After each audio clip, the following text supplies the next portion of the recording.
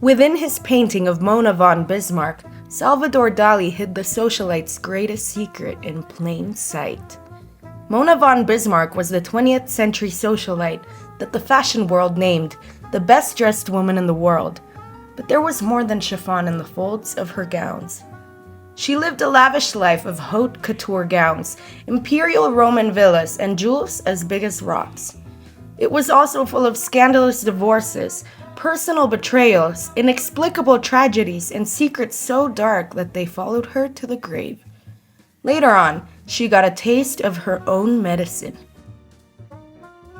Mona Travis Strader was born in 1897 in Louisville, Kentucky, to Robert Sims Strader and his wife, Bird O'Shaughnessy. No matter how far she went in life, she never truly forgot her native Kentuckian roots. Her father was a little more than a humble horse breeder and trainer at Churchill Downs, but it put her in the right circles. No one knows much about Mona's earlier years before she started gracing the society pages in head-to-toe couture. We do know that her parents got divorced when she was just 5 years old, and that her grandparents raised her in Lexington, Kentucky. She clearly wanted a far more glamorous life than what her grandparents could provide. Mona knew one easy way to lift herself up out of poverty. In 1917, she was just 20 years old. She married into money for the first, but not the last time. She likely met her first husband, Henry J. Schlesinger, through her father, who was working as a horse trainer at a Fairland farm, which Schlesinger owned. All Mona cared about was the money. Mona's first marriage to the iron and coal-based fuel businessman, Schlesinger, was full of scandal and mystery. Much of their romance took place in the days before the tabloids became obsessed with the charming socialite and her tasteful sense of style. The little information we have, however, doesn't paint Mona in the most flattering of lights. At some point in her marriage to Schlesinger, Mona became pregnant with a baby boy, and so Robert Henry Schlesinger was born. Given that he would go on to marry into the attractive Baker family, he probably even had Mona's startling good looks, grace, and chic sense of style. But he wasn't exactly the kind of fashion accessory that Mona cared for. By 1920, Mona's marriage to Schlesinger was beginning to fall apart. Once again, the details of their marriage and ultimate divorce managed to escape the society pages. However, there was one curious detail that leaked out. It was about the custody of their child, poor little Robert Henry. It didn't seem like anyone wanted him. One version of the divorce implies that, while Mona was happy to be rid of her husband, she was reluctant to give up her son. According to this interpretation of events, all Schlesinger had to do to break Mona's maternal instincts was dangle a shopping spree enticing $500,000 check in front of her face. The other version of the story is even less flattering for the Kentucky Countess. Over the course of her life, Mona von Bismarck would have a total of 5 marriages, but just one son to show for it all. In light of that little fact, it's entirely possible that Mona didn't have a maternal bone in her body at all. In fact, it makes the other version of the story of her divorce from Schlesinger even more likely. While some high society reports claim that Mona dropped her son like a hot potato once Schlesinger waved a check in her face, other reports made an even more disturbing claim. Allegedly, Mona was so eager to end her marriage and get rid of her least favorite accessory, her son, that she was the one who paid Schlesinger $500,000 to take custody. It's unlikely that Mona was that eager to get rid of her only son. A newspaper report confirmed that the court ordered Schlesinger to pay Mona $30,000 in alimony every year. From the sounds of it, she used that cold, hard cash to buy herself an upgraded husband. One with more money, and something money couldn't buy. Whether Mona was the one doing the paying or the one getting paid, one thing is clear. She moved on from Henry and their little family almost as quickly as she could pull off an outfit change, or spend a fortune in a boutique. And she had a plan. She made sure that her next husband would be the ultimate fashion accessory to have on her arm. After finalizing her divorce from Schlesinger in 1920 at the still tender age of 23, Mona found a new man. By 1921, she had married James Irving Bush, a former varsity football team captain and wealthy banker. It had been said that Bush wasn't as wealthy as Schlesinger, but he had something that Mona valued even more than money. Mona had married Schlesinger for his money, then walked off with a sizable chunk of it. With her own pockets lined with cash, she decided to buy herself a new kind of husband, a gorgeous hunk of arm candy to be exact. According to the society pages of the best newspapers and magazines at the time, Mona's new husband was the handsomest man in America. With her new beau in town, Mona quickly became a high society figure like none other. She settled in Paris, becoming a central figure in the fashion, arts, and cultural circles. However, news reports indicate that she frequently adorned her arm with a Givenchy clutch instead of her husband. In fact, people rarely saw them together. By 1925, Mona began appearing at society events from New York to Paris without her second husband, Bush. Speculation began that the pair were going to split, but both Mona and Bush kept their lips shut tight about it. Nevertheless, it came as no surprise when they finalized their divorce later that year. With 2 divorces before the age of 30, Mona turned her attention away from men and towards her real passion, fashion. Just 1 year after her divorce from Bush, Mona returned to New York and opened up a dress shop with her friend and fellow society figure, Laura Miriam Curtis. But just when Mona thought she had left men behind, one came calling. In 1926, Mona stunned the world with an unexpected announcement. She was yet again engaged to be wed. This time, however, the Kentucky Countess had gotten herself a big shot. Like, really big. Her new husband was Harrison Williams. He was a widower, and at 53, he was 24 years older than she was. However, his age was not the number she was focused on. Mona had always had a way of marrying up, and it didn't get much higher than Williams. According to contemporary estimates, Williams, who had made a fortune in utilities, was the wealthiest man in America. At the very least, he was among the first billionaires in the world. Exactly how did Mona manage to bag a billionaire? It sure became a topic of controversy. Throughout their marriage, both Mona and Williams shared little about the origins of their romance with anyone, and for good reason. Decades after their marriage ended, in 1984, the New York Times shared the true story of how Mona managed to charm Williams. The story suggests that she would do anything for money, even betray a friend. According to the New York Times, at the time that Mona had met Williams, he was engaged to another woman. But not just any woman. Allegedly, Williams had proposed to Mona's business partner and dear friend, Laura Miriam Curtis. Unlike the couture gowns Mona loved to wear, her friendship with Curtis was clearly not priceless. Curtis was truly on cloud 9, planning her marriage to the reportedly wealthiest man in America. It was almost certainly going to be the biggest wedding of the century, unless Mona had something to say about it. Brimming with excitement, Curtis traveled to Paris to pick out the right dress for her big day, a day that would never come. While she traveled to Paris full of naive excitement, Curtis asked Mona to look after her husband-to-be, Williams. And that's when Mona, the secretive and calculated social climbing socialite, hatched her plan. Mona did such a fine job of carrying out her assigned task that Williams forgot all about Curtis before she had even picked out a wedding dress. As per usual, Mona moved on quickly. Later that same year, in 1926, she turned Williams into husband number 3. Perhaps in an effort to avoid Curtis and the certain scandal that would follow her backstabbing betrayal, Mona and Williams embarked on a year-long honeymoon. The honeymoon was, in and of itself, scandalous enough. For a whole year, Mona and Williams embarked on a whirlwind worldwide honeymoon, sailing aboard Williams' mega yacht, Warrior, the largest and most expensive pleasure boat in the world. The two graced every port of interest from New York to Macau. By the time they were ready to settle down, they simply couldn't decide on one place to call home.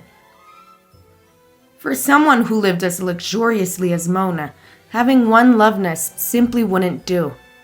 After their eyebrow-raising year-long honeymoon, Mona and Williams purchased several historic properties all over the world to call home. While some of the properties she purchased boasted architectural and artistic significance with each brick, others were more ignominious. The first property that Mona purchased with Williams' money was the historic Neo-Georgian Willard D. Straight house in Manhattan. She also splurged on an estate in Long Island and bought Blythe Dunes in Palm Beach.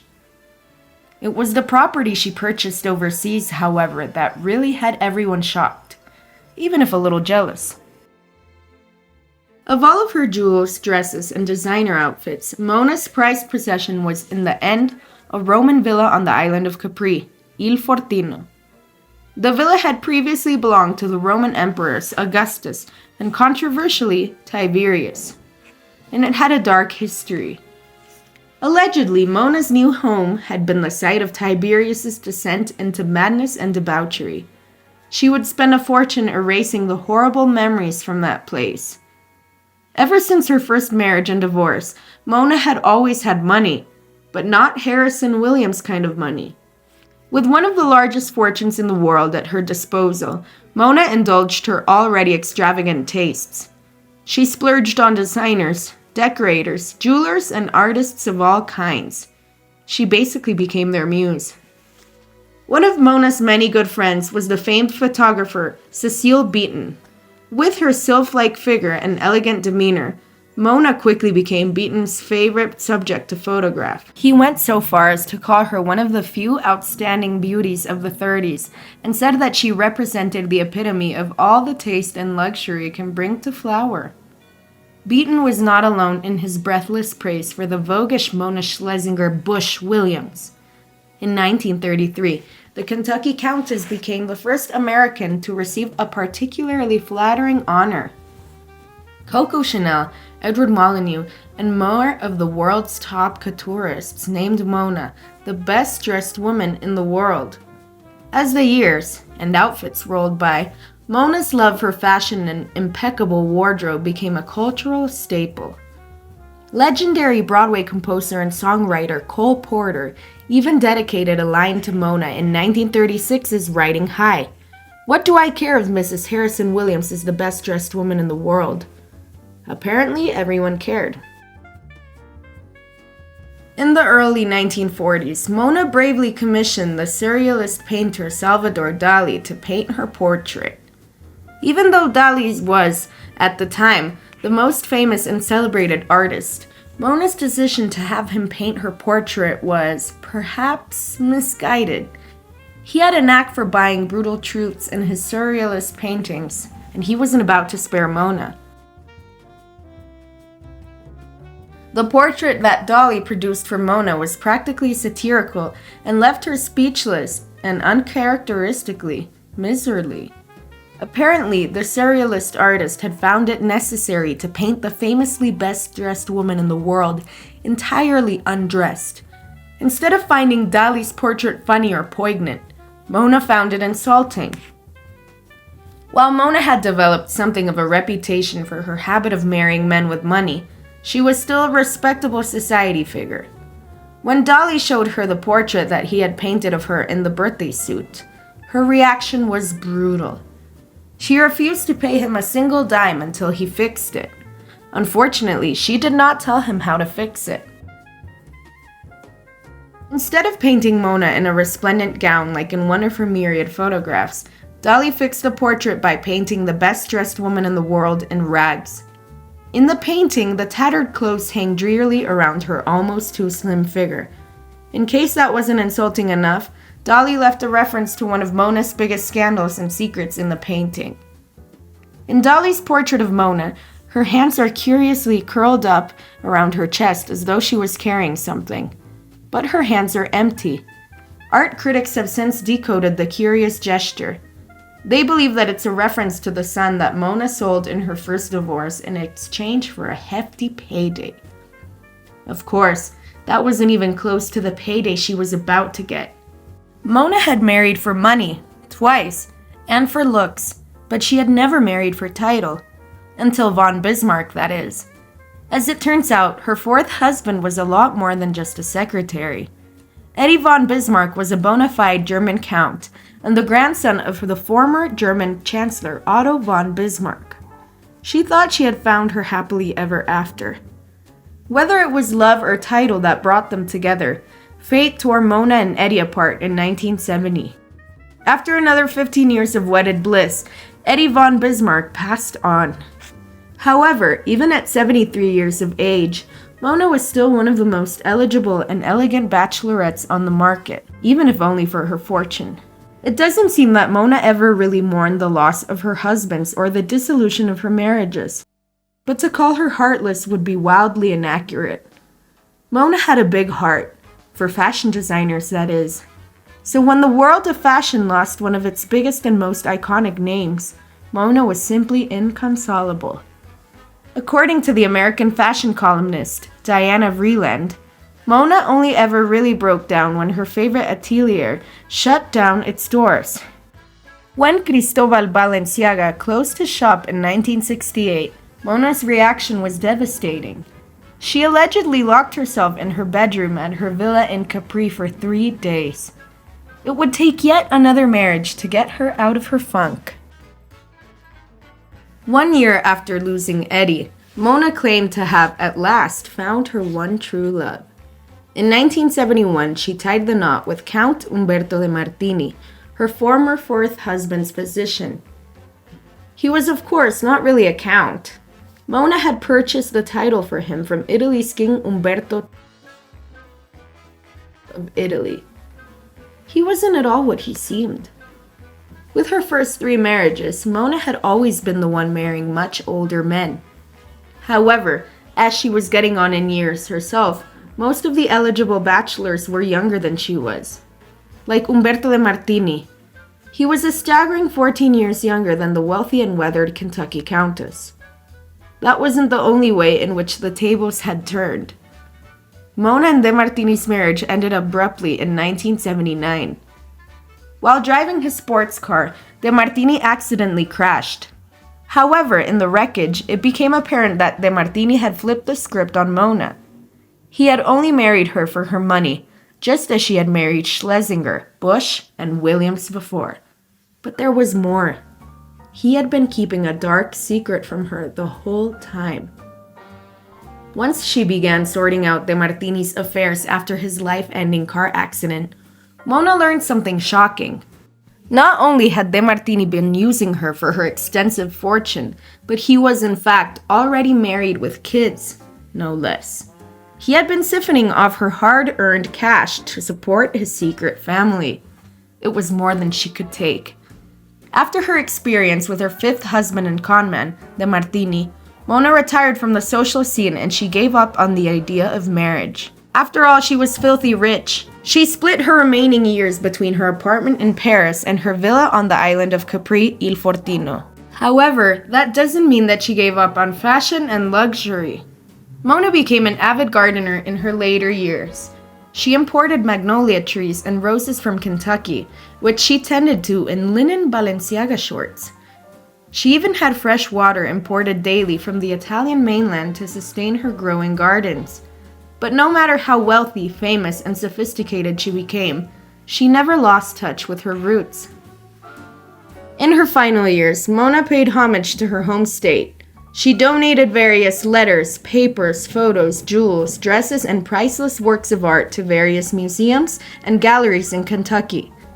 More importantly than bringing the world to Kentucky, however, Mona brought Kentucky to the world. As one historian put it, she had always had that sense of hospitality. She carried a piece of Kentucky out into the world. Mona eventually passed away in 1983 at the age of 86, and she made sure her death was just as lavish as her life. With 5 husbands and a bevy of real estate, she could have laid down to rest anywhere. In the end, she chose to call Long Island her final resting place, where she is buried alongside her favorite husbands number 3 and 4, Harrison Williams and Eddie von Bismarck. Of course, she was buried in a couture Givenchy gown. If you enjoyed this Factinate video, give it a thumbs up and subscribe for more incredible stories. Want to say in who we cover next? Join our membership program through the link in the description for exclusive perks. Your support means everything to us.